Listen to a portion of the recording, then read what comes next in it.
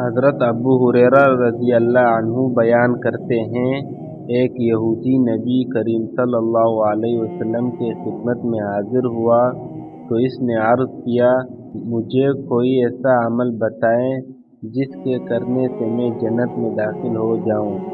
آپ نے فرمایا، تم اللہ کی عبادت کرو اور اس کے ساتھ کسی قسم کا شرک نہ کرو، فرض نماز قائم کرو، فرض زکوٰۃ ادا کرو اور رمضان کے روزے رکھو۔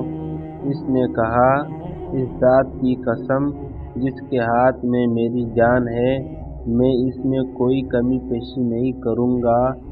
جب وہ چلا گیا تو نبی صلی اللہ علیہ وسلم نے فرمایا، جس شخص کو پسند ہو کہ وہ جنتی شخص کو دیکھے تو وہ اسے دیکھ لیں۔